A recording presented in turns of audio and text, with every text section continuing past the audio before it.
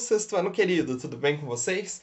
Como foi a aula de ontem? Espero que vocês tenham gostado, que vocês tenham entendido muito bem como nós temos várias separações de misturas presentes no nosso cotidiano.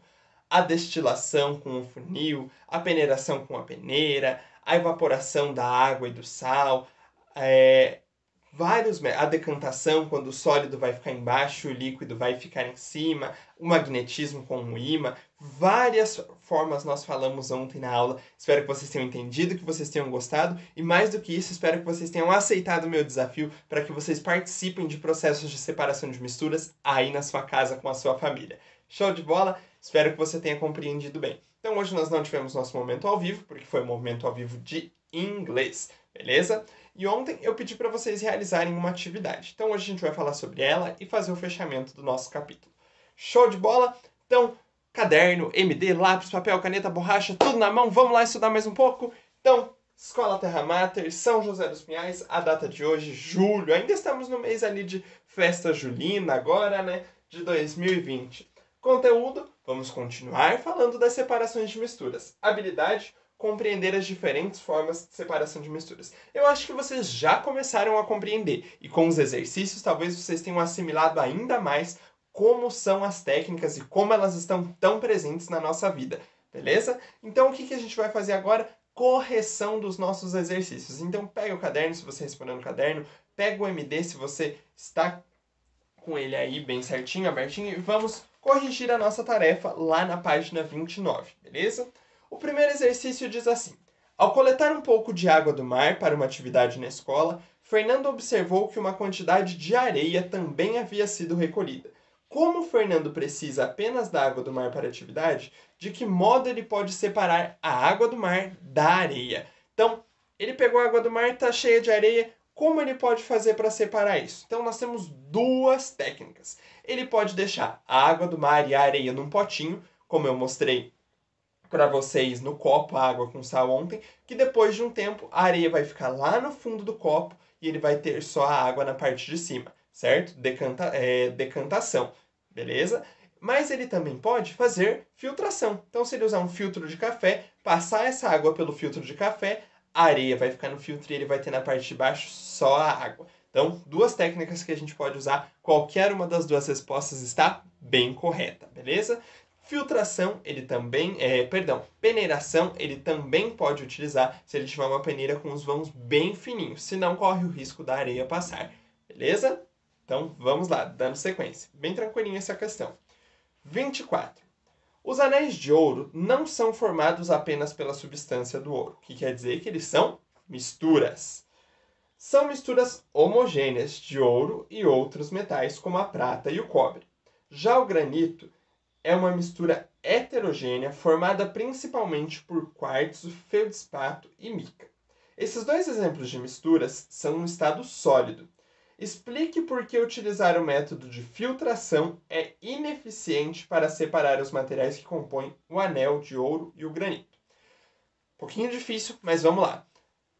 Quando a gente pega o granito, são 3 tipos de pedra, são 3 tipos de sólido. O que vai acontecer? Porque ele quer saber por que não é válido usar a técnica de filtração, beleza? Então, por quê? Vou pegar o filtro aqui para a gente retomar. Se eu colocar aqui no filtro, 3 tipos de pedra, vai fazer alguma diferença? Alguma pedra vai conseguir passar para o outro lado? Não vai. Então, pela filtração, a gente não consegue separar elementos que são todos sólidos. Eu posso colocar até 5 tipos de pedra aqui dentro. Nenhuma vai passar para o outro lado. Por isso que a filtração não pode ser utilizada para separar tipos diferentes de sólidos. Beleza? Bem simplesinha a resposta também. Mais difícil um pouquinho interpretar o enunciado, mas sei que vocês são bons e conseguiram. 25. Ao visitar a cozinha do restaurante de sua família, Camila observou que um dos cozinheiros adicionou um pouco de sal à água fervente contida na panela. Ela também observou que o nível da água havia diminuído.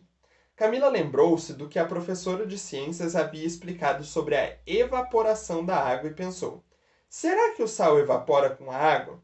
Se ele não evaporar, essa poderia ser uma forma de separar a água do sal dessa mistura.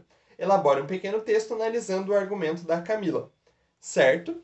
O argumento da Camila é muito verdadeiro, porque o sal não evapora junto com a água. Lembra que eu mostrei ontem? Ainda tenho por aqui, deixa eu pegar para você. Então, o sal não evapora junto com a água. Se eu aquecer essa água, a água vai evaporar, mas o sal não. Lembram da técnica que eu falei para separar o sal da água do mar? Então, ela está muito certa em achar que quando a água ferve, o sal não vai evaporar junto com a água. Show de bola? Tranquilinho? Vamos lá, dando sequência. 26. Qual o processo de separação mais adequado para se obter os dois componentes de uma mistura homogênea de água e açúcar? Então, depois que eu misturei a água e açúcar, mexi, os dois viraram uma única coisa, mistura homogênea. Como que eu posso separar? A gente consegue separar somente em laboratório. Essa técnica eu não falei ontem muito bem dela, porque eu usei somente o exemplo da nossa casa. Então, em casa, a destilação ela é usada no funil. Mas tem uma técnica de destilação que a gente pode usar em laboratório.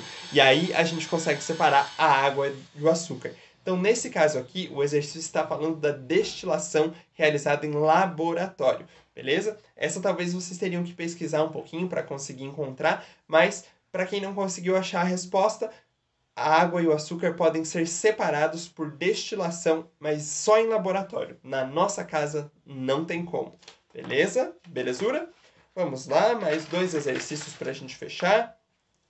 Ter animais de estimação envolve não só os cuidados com os próprios animais, mas também de moradia, que estão relacionados com a nossa própria saúde. Animais de estimação, como gatos e cachorros, costumam soltar pelos diariamente. Quem tem gato e cachorro sabe que eles soltam bastante pelos, principalmente o gato. Um equipamento que pode facilitar sua remoção do ambiente doméstico é o aspirador de pó. Ele é usado para separar um tipo de mistura heterogênea. Qual é a mistura e como ocorre a sua separação? Então, já pensou em como o aspirador de pó funciona? Eu tenho um aqui, vou mostrar para vocês, para a gente ficar mais fácil de entender. Então, o aspirador de pó. Como que vai funcionar? Como é que ele vai separar essa mistura heterogênea de ar e de pelo de cachorro? Ou pelo de gato, por exemplo. O ar vai entrar por essa parte aqui, junto com os pelos de cachorro. Vai passar lá, por todo o cano do aspirador e aqui dentro vai acontecer uma técnica em que o ar vai passar e vai embora e os pelos vão ficar armazenados aqui dentro, certo? Então essa técnica a gente chama de filtração também. É uma filtração um pouquinho diferente daquela do café, mas também é uma filtração. É um filtro que vai mandar o ar embora do aspirador e que vai segurar a sujeira dentro dele. Beleza? É assim que a gente consegue limpar a nossa casa. 28. Antes de uma competição de natação, foi necessário limpar a piscina em virtude de algumas folhagens que caíram na água. A limpeza foi realizada com o objeto da fotografia a seguir. Explique o processo de separação que ocorre na limpeza. Então, tá ali uma peneira que vai ser usada para limpar a piscina. Uma peneira assim como aquela que a gente peneira o suco, claro, muito maior, mas que tem a mesma função. Então, a técnica empregada ali com a peneira foi a peneiração. Show de bola? Esses eram os exercícios que a gente fechou ontem para assimilar bem e compreender ainda melhor as técnicas de separação de mistura. Bom, assim, nós chegamos ao fim deste capítulo, certo? Terminamos este capítulo, terminamos o capítulo 1 da unidade 2, onde nós falamos sobre matéria, os conceitos da matéria, as propriedades da matéria. Depois nós falamos de substâncias simples, substâncias compostas que vão se unir e formar as nossas misturas, que podem ser tanto homogêneas quanto heterogêneas. Depois nós falamos que a matéria se transforma, tanto fisicamente quanto quimicamente, e vimos as evidências dessa transformação. A mudança de coloração, a liberação de gases, por exemplo, a liberação de energia em forma de luz e de calor. Depois, na aula de ontem, nós falamos então sobre como separar misturas. Apresentei algumas técnicas bem presentes nas nossas casas, no nosso dia a dia. E agora a gente fechou esse conteúdo da parte de matéria, substâncias e misturas. Espero que você tenha compreendido bem. Caso fique ainda alguma dúvida, na semana que vem a gente se encontra e a gente tira essas dúvidas, sana essas dúvidas e também mata a saudade, porque eu já tô com saudade de vocês. Queria muito poder ver vocês hoje, mas a gente tem que dar um ladinho pra Prof de Inglês estar com vocês no momento ao vivo de hoje, né? E aí, na semana que vem, a gente retoma isso. Um forte abraço, um beijo. Eu tô com muita saudade de vocês. Se cuidem direitinho, fiquem em casa, separem misturas com a família de vocês e até a nossa próxima aula.